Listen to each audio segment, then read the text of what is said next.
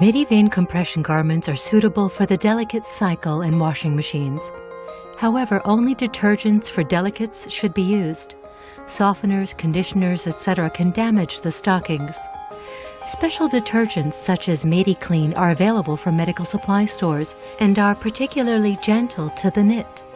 Medi stockings may be washed at 40 degrees Celsius. To keep the material looking good and functioning properly, it is also advisable to use a laundry net. After washing, Mediven compression garments can be dried in the dryer, but using the Delicates program.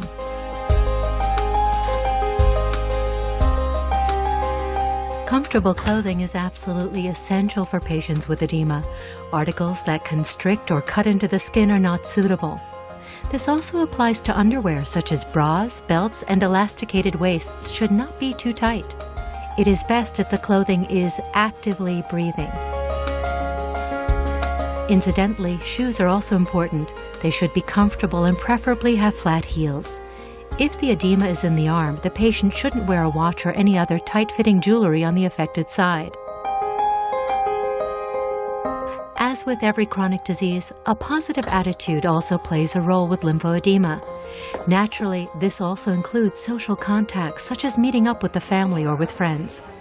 With the right compression garments, it is possible to manage everyday life as normally as possible. Therefore, do not become isolated or hide away. Instead, actively shape the day with those around you.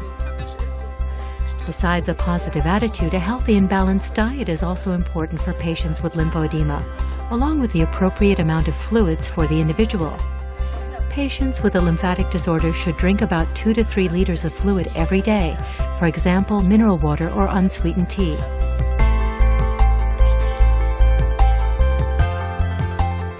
Physical exercise promotes successful treatment and lightens the mood. So people with lymphoedema do not need to forego sports, quite the contrary.